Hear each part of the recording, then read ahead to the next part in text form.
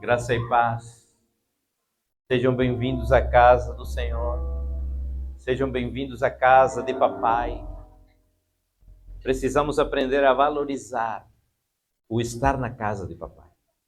Precisamos aprender a valorizar o que significa cultuar ao Senhor. Precisamos aprender a ter reverência.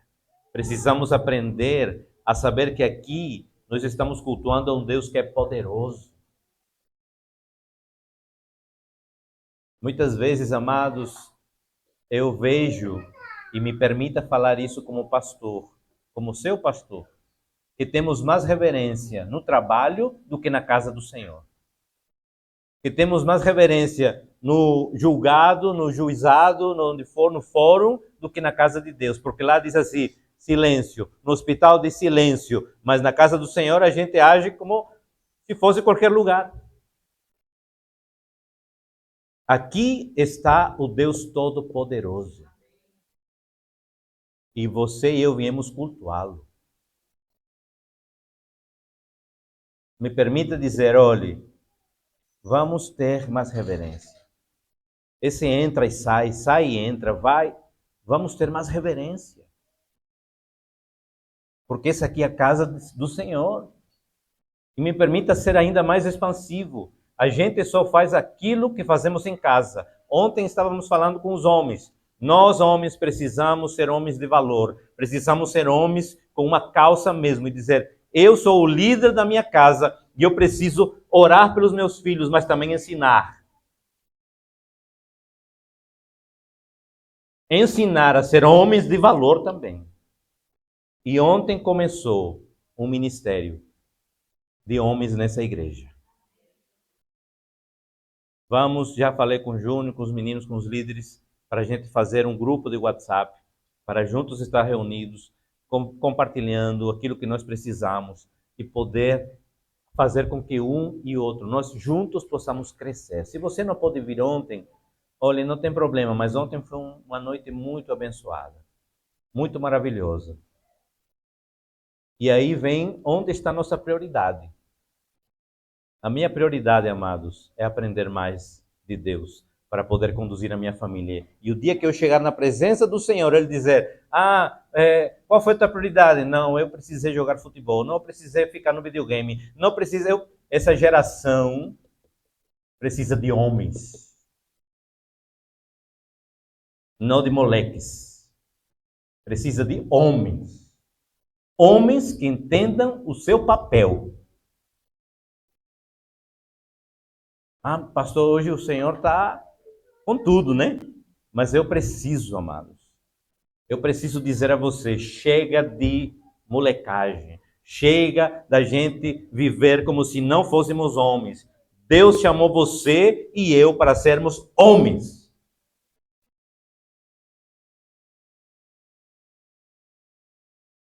Quem tem ouvidos, ouça. Porque o Espírito está falando, não sou eu. O Espírito está ministrando no meu coração isso, amados, já faz um tempo. E eu dizia, Senhor, eu não posso também ficar com tudo, mas graças a Deus hoje temos um grupo, uma equipe de homens. Eu vou dizer, essa equipe vai estar junto para liderar esses homens da igreja. Porque em tudo, quando você vê na igreja, na maioria das igrejas, quem se levanta primeiro para fazer alguma coisa? As mulheres. Nada contra a mulher.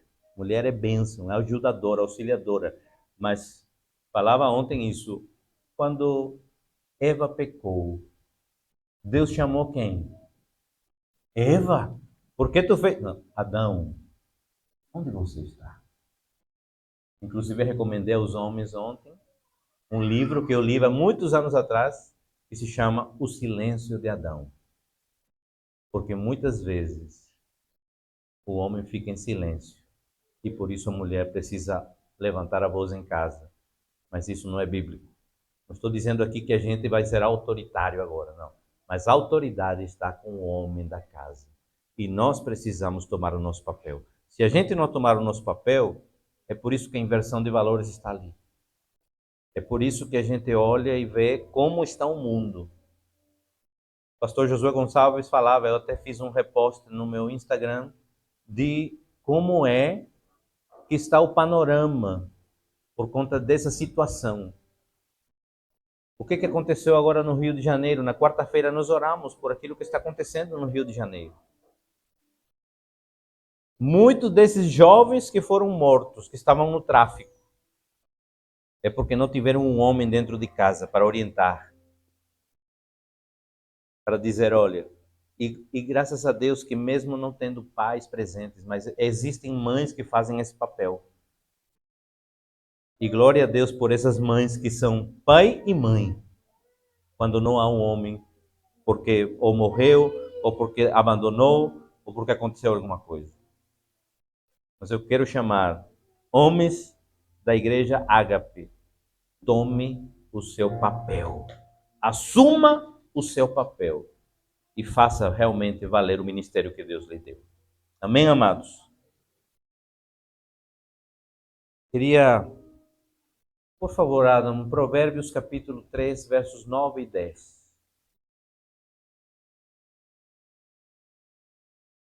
Vamos ler juntos esse texto? 2, 3. Honra ao Senhor com os teus bens e com a primeira parte de todos os teus ganhos, e se encherão os teus celeiros e transbordarão de vinho os teus lagares. Veja bem, aqui é uma promessa.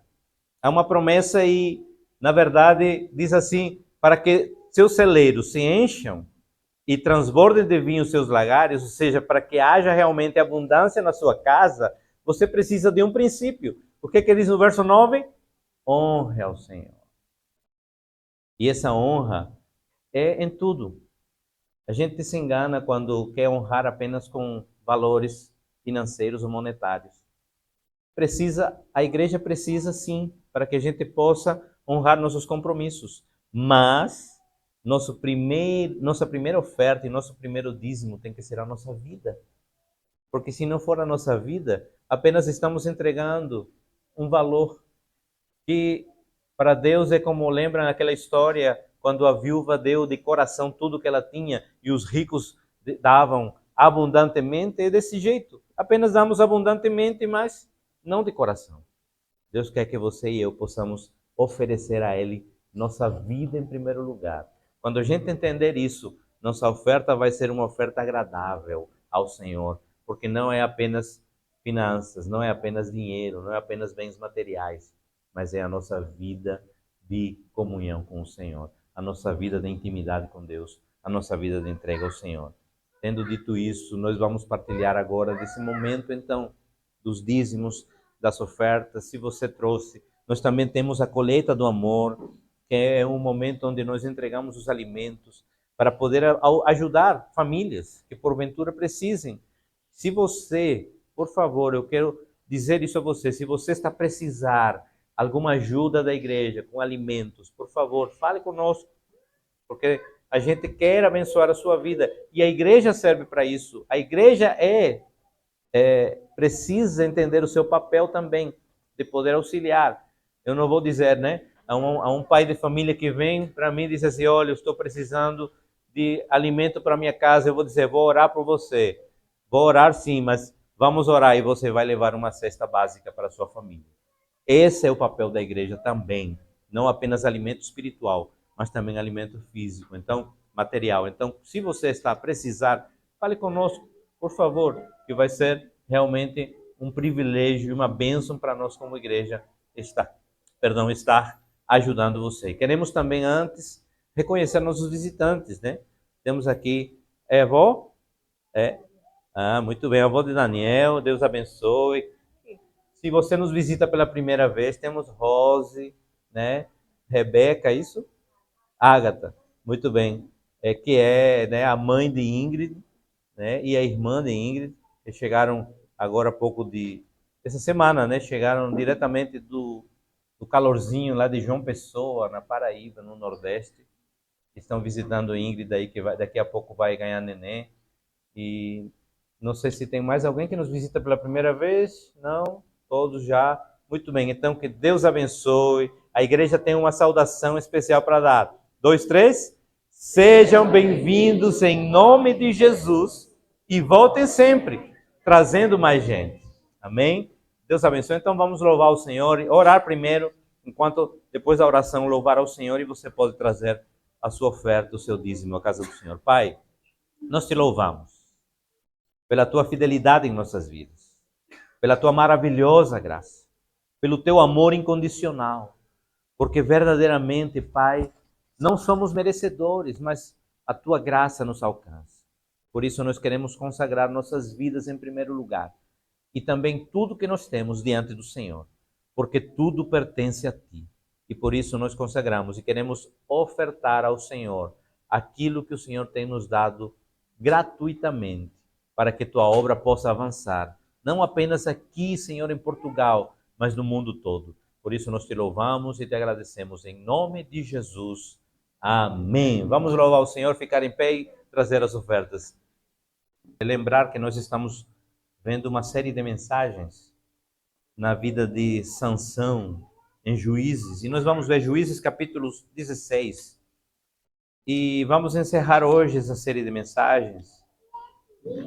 Domingo que vem, se tudo der certo, vem uma equipa de missionários da Jocum, e nós vamos ter um culto missionário, certo? Então, domingo que vem, se tudo der certo, eu vou precisar ir em Viana do Castelo buscá-los, para estarem aqui e depois deixá-los. Se alguém também se prontificar a isso, me falem que muito bem. Isaac, então, vai buscá-los lá em Viana, lá na igreja, a primeira igreja batista de Viana do Castelo. Nós temos essa ligação, né, com a igreja. O pastor me falou essa semana que passou, que está recebendo uns missionários. Eu disse, olha, se puder partilhar um pouco dessa equipe para nos abençoar com aquelas testemunhos que eles têm vivenciado, porque vocês sabem que fazer missões é um desafio, mas também é uma bênção. Então, domingo que vem, se Deus quiser, vamos estar com essa equipe aí da Jocum. Amém, amados? Abra sua Bíblia, então, agora, no livro de Juízes, capítulo 16. Pode ser... vamos ler a partir do verso 1. Gostaria apenas, antes de ler, de lembrar a vocês o que nós temos visto nesses dias, nesses domingos passados. Primeiro vimos a história de Sansão desde o seu nascimento. Então, Sansão, ele nasceu com uma missão. E para essa missão, ele foi chamado para cumprir um voto. E o voto que Sansão tinha era ser um nazireu. E o nazireu, então, ele não poderia, primeiro, nem cortar o cabelo, nem beber nenhuma bebida forte de vinho, nem também ter contato com cadáveres, seja de animais, seja humanos, e nem pegarem nenhuma coisa impura. Então, Sansão tinha esse chamado desde seu nascimento, desde antes de que estivesse no ventre da sua mãe, quando foi chamado por Deus. E aí, então, nós precisamos entender também que no domingo passado, Célia, minha esposa, ela pregou sobre uma parte da vida de Sansão. Nós vamos pegar alguma coisa do que Célia falou e finalizar hoje essa série de mensagens que eu tinha preparado para ser 4 domingos, mas como vamos ter a equipe da Jocum e eu quero aproveitar, eu vou hoje aproveitar para fechar tudo de uma vez. Então, se eu for um pouco rápido, me entenda, mas você também pode dizer, pastor, está correndo, está indo muito rápido. Mas eu quero realmente que nós possamos ver aquilo que aconteceu. E aí nós vamos ver no capítulo 16 de Juízes agora, o que realmente aconteceu com Sansão. Quais foram as quedas que Sansão teve. E vamos aprender com a vida de Sansão, como nós precisamos evitar algumas coisas na nossa vida. Vamos ler então. E foi Sansão a Gaza, e viu ali uma mulher prostituta, e entrou a ela. E foi dito aos gazitas, Sansão entrou aqui. Cercaram-no, e toda a noite lhe puseram espias à porta da cidade. Porém, toda a noite estiveram quietos, dizendo, até a luz da manhã esperaremos. Então o mataremos. Veja bem, eu quero aqui ressaltar uma coisa. O inimigo das nossas almas, ele fica quieto, esperando dar o bote. Na hora em que você e eu vacilamos, o inimigo está quieto, só, como diz, né, espreitando, como diz o nordestino, espreitando. Porém, Sansão deitou-se até a meia-noite. E à meia-noite se levantou e arrancou as portas da entrada da cidade com ambos as ombreiras. E, juntamente com a tranca, as tomou, pondo-as sobre os ombros, e levou-as para cima até o cume do monte que está defronte de Hebrom. E depois disto aconteceu que se afeiçoou a uma mulher do vale de Soreque, cujo nome era Dalila. Então aí você já vê que o ponto fraco de Sansão era o sexo oposto. Eram as mulheres. Então os príncipes dos filisteus subiram a ela e lhe disseram: persuade-o e vê em que consiste a sua grande força e como poderíamos assenhorear-nos dele e amarrá-lo para que assim o afligirmos e te daremos cada um de nós 1.100 moedas de prata. Disse, pois, Dalila a Sansão: declara-me, peço-te, em que consiste a tua grande força? E com que poderia ser amarrado para te poderem afligir? Disse-lhe Sansão: se me amarrassem com as 7 vergas de firmes frescos que ainda não estivessem secos, então me enfraqueceria e seria como qualquer outro homem. Então os príncipes dos filisteus lhe trouxeram 7 vergas de vimes frescos que ainda não estavam secos, e ela o amarrou com elas. E o espia estava com ela na câmara interior. Então ela lhe disse: os filisteus vêm sobre ti, Sansão. Então quebrou as vergas de vimes como se quebra o fio de estopa ao cheiro do fogo. Assim não se soube em que consistia a sua força. Então disse Dalila a Sansão: eis que zombaste de mim e me dizeste mentiras. Ora, declara-me agora, com que poderia ser amarrado? E ele disse: se me amarrassem fortemente com cordas novas, que ainda não houvessem sido usadas, então me enfraqueceria, e seria eu como outro homem. Então Dalila tomou as cordas novas e o amarrou com elas, e disse-lhe: os filisteus vêm sobre ti, Sansão. E o espia estava na recâmara interior. Então quebrou dos seus braços como um fio. E disse Dalila a Sansão: até agora zombaste de mim e me disseste mentiras. Declara-me, pois, agora, com que poderia ser amarrado? E ele lhe disse: se teceres 7 tranças dos cabelos da minha cabeça com um liço da teia. E ela as afixou com uma estaca e disse: os filisteus vêm sobre ti, Sansão. Então ele despertou do seu sono, arrancou a estaca das tranças tecidas, juntamente com o liço da teia. Então ela lhe disse: como dirás, tenho-te amor, não estando comigo o teu coração? Já 3 vezes zombaste de mim, e ainda não me declaraste em que consiste a tua grande força. Até ali por enquanto. Eu quero dizer a vocês uma coisa. Muitas vezes, quando eu li esse texto desde criança, eu dizia assim: mas esse Sansão é besta, né? Ou, como diz o nordestino, ô cabra besta. Como é que ele 3 vezes vai na conversa de Dalila e vai caindo? Mas quando eu comecei a viver a minha vida adulta, eu entendo que o besta sou eu também. Quantas vezes a gente quer dar o jeitinho? Não, Senhor. Talvez não seja Dalila. Talvez não seja a informação que Deus revelou à sua vida. Talvez seja uma outra situação que você tem vivenciado. Mas a gente vira, um dia ou outro, vamos tentando cair no mesmo erro, no mesmo pecado, na mesma situação. Não é isso que Deus tem para nós, amados. Deus quer que nós aprendamos Se Sansão tivesse dito, realmente essa Dalila é perigosa, como o pecado é perigoso, ela quer me fazer cair. Na primeira, eu já teria corrido. Mas a gente gosta de perigo. O ser humano gosta de correr o risco. A gente gosta de brincar com fogo.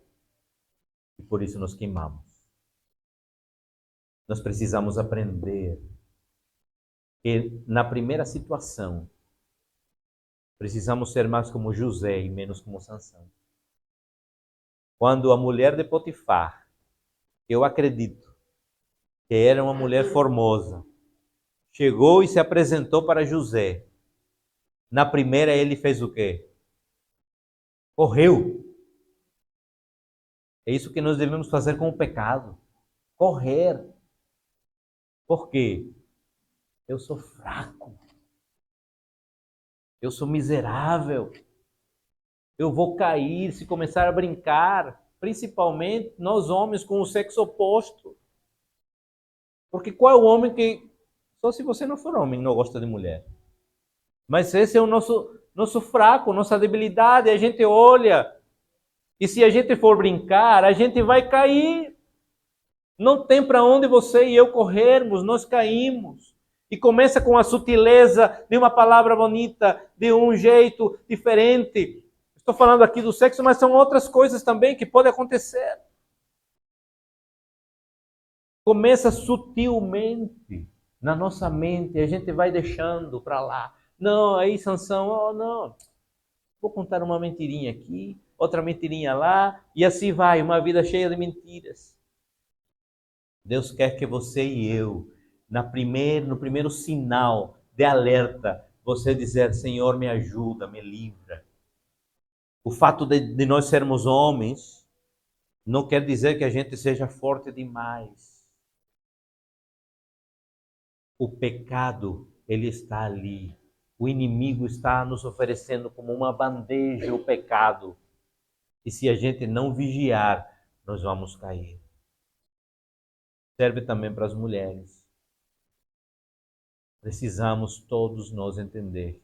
O inimigo das nossas almas, ele quer que você e eu caiamos.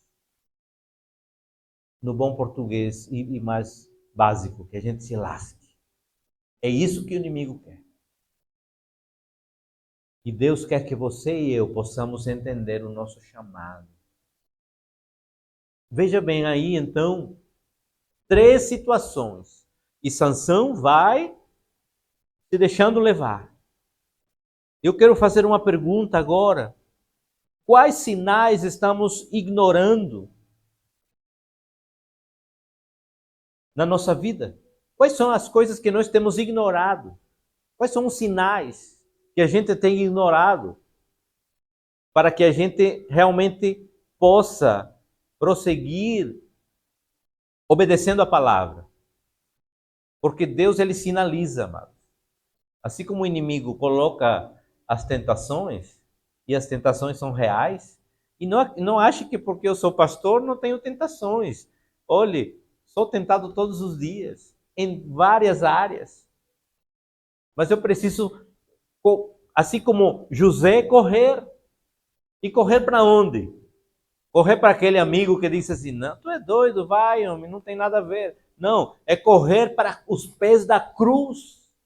É correr para Jesus. É correr para a palavra. É correr para aquele amigo que é cristão e que vai me ajudar.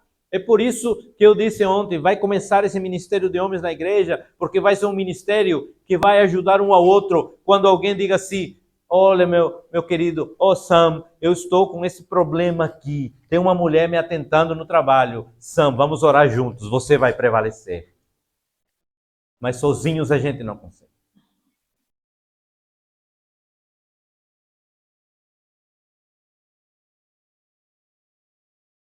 Nós precisamos nos livrar da acomodação. Sansão se acomodou com a força que Deus lhe deu. Sansão confiou demais na força que recebeu do Senhor. Quantas vezes a gente se acomoda no ministério? Quantas vezes a gente se acomoda dentro da igreja? Não, estou satisfeito aqui, estou bem, estou acomodado já, tenho meu ministério, estou trabalhando na igreja, está tudo bem. E assim, sutilmente, o inimigo vai colocando algumas situações na nossa vida. E a gente vai achando que é normal. É normal Dalila me amarrar. É normal ela fazer isso. É normal o pecado chegar e eu, às vezes, sentir aquele gostinho e contar aquela mentirinha. É normal falar mal do meu irmão. É normal achar que, olha, participar dessa festa de Halloween é normal. Não tem nada de normal nessas coisas. Normal é você viver a verdade da palavra. Sabe, hoje, e falávamos isso com os homens ontem, hoje está tendo total inversão de valores, que nós que somos normais somos vistos como anormais. E cada vez mais está o mundo correndo para isso. Quando alguém olha para o homem, um homem da sua mulher que realmente é cuidadoso com ela, abrir a porta para ela entrar no carro, rapaz, você está no século passado? Não é mais normal isso? Quando isso deveria ser normal. O cavalheirismo. Mas por conta do que o mundo está falando, a gente vai se acomodando às coisas do mundo. Não, nós precisamos influenciar e não ser influenciados. Ser cristão é ir contra a cultura do mundo para estabelecer a cultura do rei. Esse é o cristianismo. Falava um dia desses com uma pessoa que me perguntava: qual é a sua religião? Quase que eu dizia, né? Como Jesus falou, minha religião é cuidar dos órfãos e das viúvas. Mas eu disse assim: olha, amado, eu não tenho uma religião. Eu não sou adepto às religiões. Porque, aliás, Jesus ele não veio estabelecer uma religião. Ele veio estabelecer um reino. E a religião muitas vezes atrapalha. A religião nos separa, nos divide. Porque a religião vai dizer: não, você tem que andar desse jeito. É assim e pronto. Tem pastores que falam: se você não for da minha igreja, você não é salvo. Misericórdia.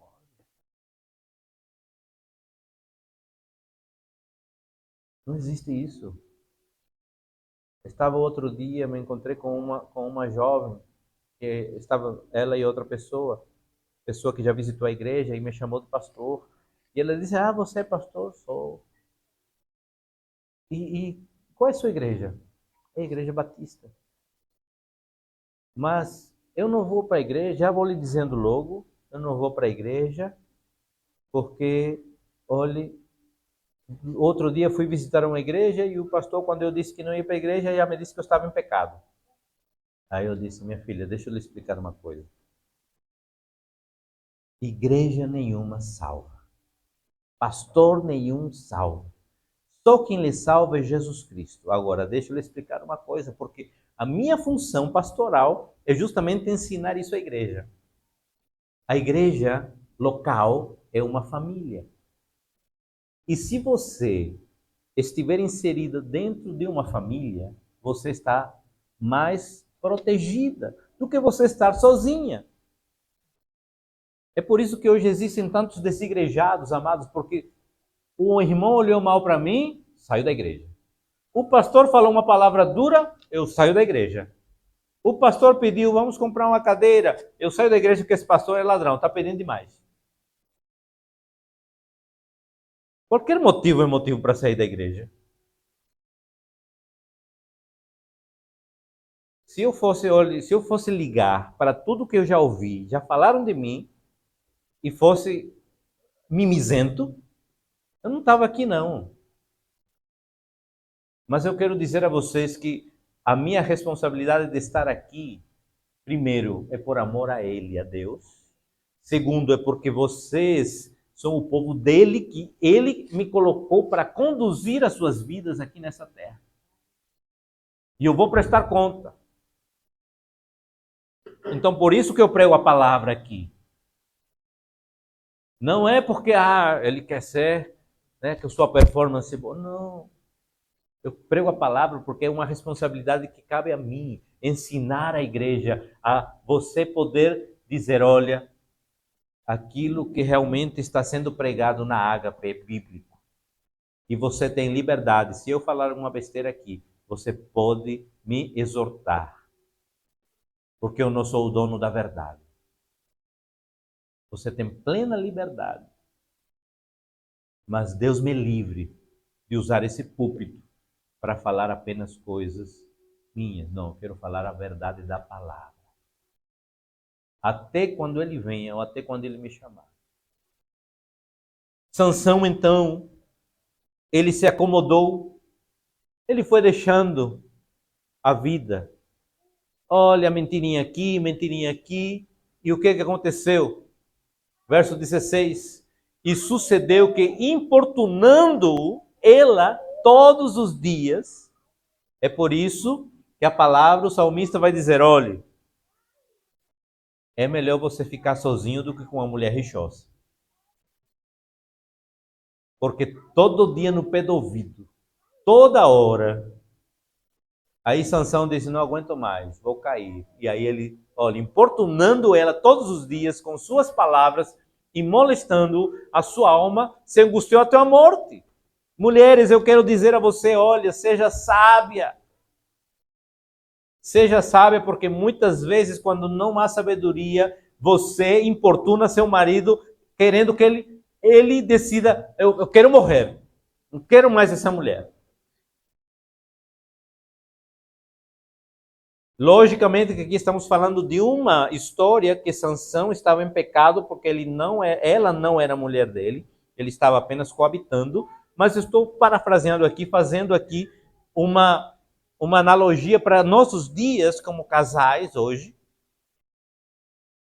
Então, mulheres, sejam sábias. Saibam o momento de falar. Quantas vezes eu tive que sentar de frente, assim, frente a frente com Célia, e disse, minha filha, muitas vezes aquilo que você fala me empurra mais para eu pecar. Então, vigie. Nós precisamos entender isso, ter essa reciprocidade como casal. Deus nos colocou para andar lado a lado. Deus nos colocou para ajudar um ao outro. Não foi para um empurrar o outro para baixo, não. É para que você, junto com o seu esposo, junto com o seu marido, você cresça. E descobriu-lhe todo o seu coração. E disse-lhe, nunca passou navalha pela minha cabeça, porque eu sou nazireu de Deus, desde o ventre da minha mãe. Veja que ele sabia a sua identidade. Mas ele tinha perdido por conta do pecado, por conta de prevalecer mais o eu. Quantas vezes a gente sabe, conhece nossa identidade, mas a gente, por conta do pecado, nós deixamos pequenas coisas se tornarem grandes no final, porque não são as grandes coisas. Quando você tropeça, você não tropeça numa rocha. Você tropeça numa pedrinha que não viu e cai.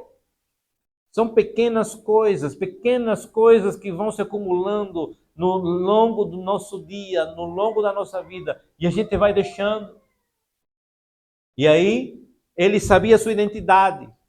Se viesse a ser rapado, ir-se-ia de mim a minha força, e me enfraqueceria, e seria como qualquer homem, qualquer outro homem. É interessante porque, se você vê na história que já lemos, que já vimos nos domingos passados, ele já tinha bebido, ele já tinha tido contato com um cadáver, não só do leão, mas também os cadáveres que ele matou dos homens, dos soldados filisteus. A terceira coisa que ele não poderia fazer, que ainda estava sustentando o Espírito de Deus sobre sua vida, era esse terceiro voto, que não poderia cortar o cabelo. Então, não foi só o cortar o cabelo. A gente apenas, às vezes, acha que não, é só cortar o cabelo que foi. Não. Foi toda uma série de desobediências, até que chegou o tempo de cortar o cabelo. E realmente, quando chegou as três coisas que ele não poderia fazer, que ele desobedeceu. Verso 18. Vendo, pois, Dalila que já lhe descobrira todo o seu coração, mandou chamar os príncipes dos filisteus, dizendo: subi esta vez, porque agora me descobriu ele todo o seu coração. E os príncipes dos filisteus subiram a ter com ela, trazendo com eles o dinheiro. Então ela o fez dormir sobre os seus joelhos. É sutil. O pecado nos faz dormir nos joelhos. Temos que ter muito cuidado. E rapou-lhe as 7 tranças do cabelo de sua cabeça, e começou a afligi-lo, e retirou-se dele a sua força. E disse ela: os filisteus vêm sobre ti, Sansão. E despertou ele no seu sono. E veja o que ele disse aqui: sairei ainda esta vez como dantes, e me sacudirei. Porque ele achava que também ia se sair dessa. Quantas vezes a gente banaliza a graça e acha, não, eu já pequei uma vez aí e Deus me perdoou. Vou de novo. Vou novamente. E vou. Falava com alguém ontem, que há uma diferença entre pecado, transgressão e iniquidade. O pecado é o estado em que todos vivemos, porque todos pecamos e carecemos da glória de Deus. A transgressão é quando eu estou na minha caminhada, fazendo um exemplo, e porventura eu não vejo um buraco e tropeço e caio. Aí eu transgredi alguma lei, eu transgredi e caí, mas foi uma coisa que não foi pensada, foi involuntária. A iniquidade é quando eu vou, já sei, olha, eu vou dar um chute em Júnior, eu sei que é ruim, mas eu vou meter-lhe o pé nele. Dá-lhe uma patada nele. É pecado, vai ferir o meu irmão, mas eu mesmo assim eu faço. E isso se torna uma prática. Daqui a pouco eu vou dar uma patada em Lucas. Daqui a pouco eu vou dar uma rasteira em Sam. Daqui a pouco eu vou dar uma voadora em Isaac. Coitado do Isaac. E assim vai acontecendo, isso vai sendo iniquidade, vai criando uma raiz de iniquidade no nosso coração. Aconteceu com Sansão, já virou iniquidade, não era mais porque ele esteve com a prostituta, esteve com Dalila, e mentindo, e fazendo, e transgredindo as leis, aquilo que não podia fazer. Então os filisteus pegaram nele e o arrancaram, e arrancaram-lhe os olhos, e fizeram-no descer a Gaza, e amarraram-no com 2 cadeias de bronze, e girava ele um moinho no cárcere. E o cabelo da sua cabeça começou a crescer, como quando foi rapado. Então os príncipes dos filisteus se ajuntaram para oferecer um grande sacrifício ao seu Deus, Dagom, e para se alegrarem, e diziam: nosso Deus nos entregou nas mãos a Sansão, nosso inimigo. Coitado, Dagom não tinha nenhum poder. O próprio Sansão cedeu para o pecado e ele mesmo se entregou. Sabe, esse texto me ensina que quando nós pecamos, quando nós transgredimos a lei do Senhor, transgredimos a lei do Senhor, os inimigos, o diabo, o inferno, ele acha que ele é que venceu. Ele acha que ele é que é o poderoso sobre a sua vida. E é contrário àquilo que nós cantamos. Tu és o meu Senhor, Tu és o meu Deus. Está vendo como muitas vezes somos incoerentes? Muitas vezes a gente chega à casa do Senhor, papai, eu te amo. E na segunda-feira, vai se lascar para lá, Satanás. Fala para o colega, né? A gente vive uma incoerência. A gente vive uma incoerência. Não é isso que Deus tem para nós. Deus tem filhos. Deus tem um povo que Ele comprou com sangue. Um povo que foi comprado com um alto preço.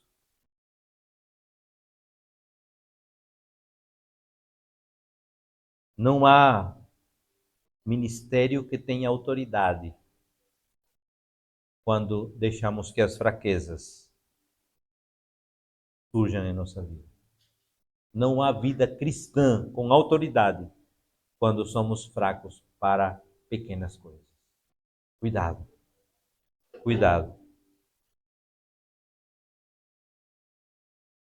Semelhantemente, vendo o povo, louvava o seu Deus, porque dizia: Nosso Deus nos entregou nas mãos o nosso inimigo, e ao que destruía a nossa terra, e aos que multiplicava os nossos mortos. E sucedeu que, alegrando-se-lhes o coração, disseram: Chamai a Sansão, para que brinque diante de nós.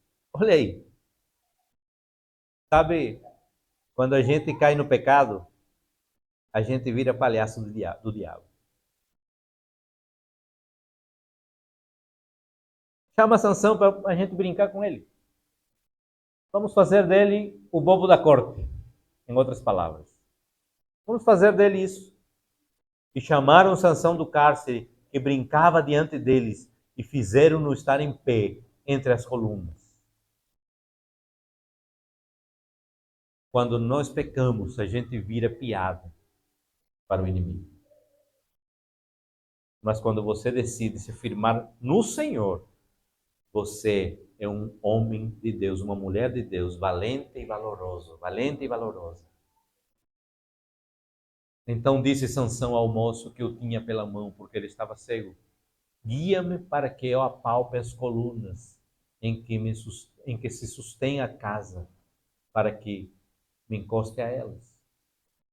Ora, estava a casa cheia de homens e mulheres, e também estavam todos os príncipes dos filisteus. E sobre o telhado havia uns 3.000 homens e mulheres que estavam vendo Sansão brincar. Então Sansão clamou ao Senhor e disse, e aqui eu quero dizer a vocês, por mais que a gente erre, por mais que a gente peque, por mais que a gente se desvie e saia da presença do Senhor em algum momento, como diz o salmista, certamente eu sei que o bem e a misericórdia de Deus me acompanham, porque Deus é misericordioso, porque Deus é gracioso, porque Deus ele não se compraz em olhar para os seus filhos sofrendo no pecado. Quando ele olha para nós, ele olhou para Davi e disse assim: Olha, Davi, você fez isso, você adulterou, você virou um assassino. Mas Davi se humilhou diante do Senhor. Ele olhou o coração de Davi e o perdoou. Sansão então disse: Senhor, peço-te que te lembres de mim.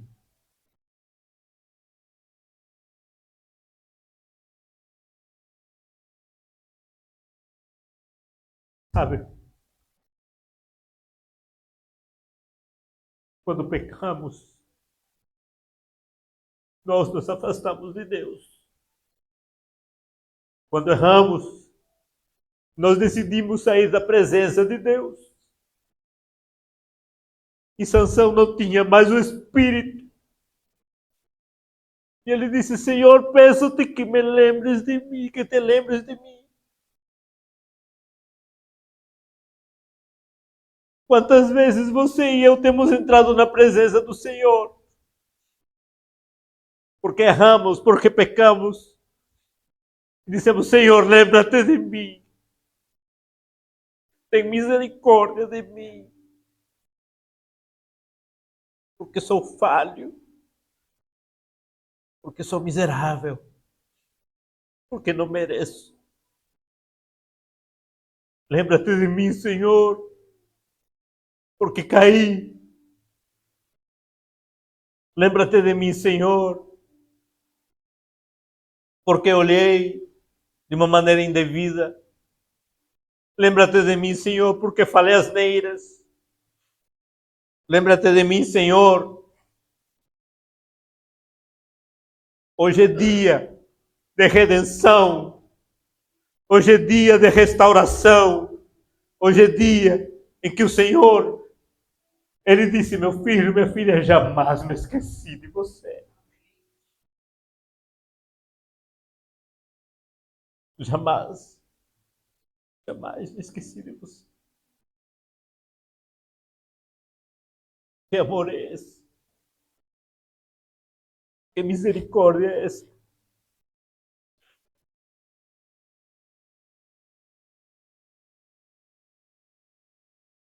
Fortalece-me agora, só desta vez, ó Deus, para que de uma vez me vingue dos filisteus pelos meus 2 olhos. Abraçou-se, pois, Sansão com as 2 colunas do meio em que se sustinha a casa e arrimou-se sobre elas com a sua mão direita numa e com a sua esquerda na outra. E disse Sansão, morra eu com os filisteus. Inclinou-se com força e a casa caiu sobre os príncipes e sobre todo o povo que nela havia. E foram mais os mortos que matou na sua morte do que os que matarem sua vida. Então seus irmãos desceram em toda a casa do seu pai e tomaram e subiram com ele e sepultaram-no entre Zorá e Estaol, no sepulcro de Manoá, seu pai. Ele julgou Israel 20 anos. E essa história de um homem como nós, que tinha um chamado como nós, que tinha um propósito como nós, que tinha um ministério como nós. Mas sabe qual a diferença? É que no Antigo Testamento o Espírito de Deus se aposava desses homens apenas para eles cumprirem o seu chamado. Na nova aliança, hoje, o Espírito Santo habita em nós e está em nós. E é esse Espírito que nos conduz e que quando você olha, ou talvez você nem consegue olhar, mas tem uma pedra aí para você cair, um pecado para você cair, o Espírito Santo que habita em nós, ele diz assim, meu filho, não anda por aí. Não anda por aí. Eu tenho um caminho melhor para você. Tem uma estrada que leva e conduz você à salvação, à redenção, ao Senhor, ao Reino. Mesmo assim, muitos de nós decidimos seguir os nossos próprios caminhos. E a gente cai. E a gente olha para as coisas desse mundo e quer se envolver demais.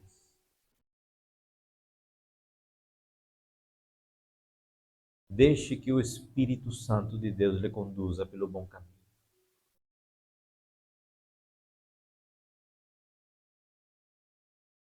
O salmista diz, há caminhos. O salmista não, o sábio Salomão. Há caminhos que ao homem parecem perfeitos, mas no final conduzem à morte. Me lembrava desse texto quando olhava as notícias do que está acontecendo no Rio de Janeiro. Quantos jovens achando que o caminho das drogas, do tráfico, do ganho fácil é bom, é perfeito. E hoje quantas famílias enlutadas por conta de acharem que caminhos perfeitos são aqui na terra. Não existe caminho perfeito na terra, a não ser Jesus Cristo, porque Ele é caminho, a verdade e a vida. Não há outro caminho. Que Deus em Cristo Jesus nos abençoe, que possamos clamar ao Senhor antes mesmo de que sejamos tentados, todo dia pela manhã antes de sair para o trabalho. Senhor, lembra-te de mim, Pai. Quero andar na Tua presença. Não quero que o Senhor me deixe nenhum segundo. Quero que eu possa caminhar assim como Enoque caminhou com o Senhor. Assim eu quero caminhar a minha vida contigo, Pai. É o desafio de todo cristão. É o nosso desafio. Cuidado com as distrações. Cuidado com as dalilas. Porque há muitas dalilas nesse mundo. E Dalila não estou falando apenas mulher para o homem. Mas há muitas. A Dalila significa distrações na nossa vida. Cuidado com as distrações que o mundo nos oferece. Ah, mas é só hoje. Ah, não faz falta. Ah, esse pastor é chato, só vive danando o cajado na cabeça da gente.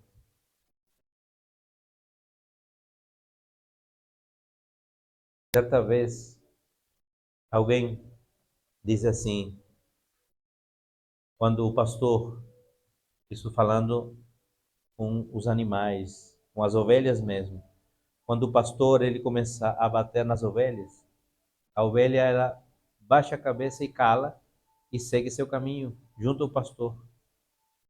Mas quando o pastor bate no lobo, o lobo ele começa a uivar, como é o nome? Uivar, né? É isso? Uivar e corre. É por isso que eu tenho certeza que aqui só tem ovelhas de Cristo.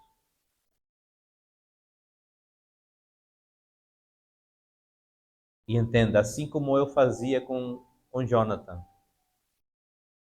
eu quero fazer com vocês como igreja, orientar vocês no caminho que devem andar. E muitas vezes as palavras que eu falo fortes, tenha essa convicção no seu coração, dói mais em mim, talvez, do que em vocês. Mas é necessário. Porque uma igreja ela precisa ser ensinada, orientada e doutrinada na palavra. Que Deus abençoe o seu coração. Que possamos buscar a face de Deus. Que possamos compreender. Nunca é tarde demais para buscar a Deus. Nunca é tarde demais para se arrepender. Hoje é dia de se arrepender. Hoje é dia de mudar o rumo da sua vida. Para entregar o seu caminho ao Senhor. E para dizer, Senhor, eu quero verdadeiramente mais de Ti e menos de mim. Feche seus olhos. Baixe sua cabeça.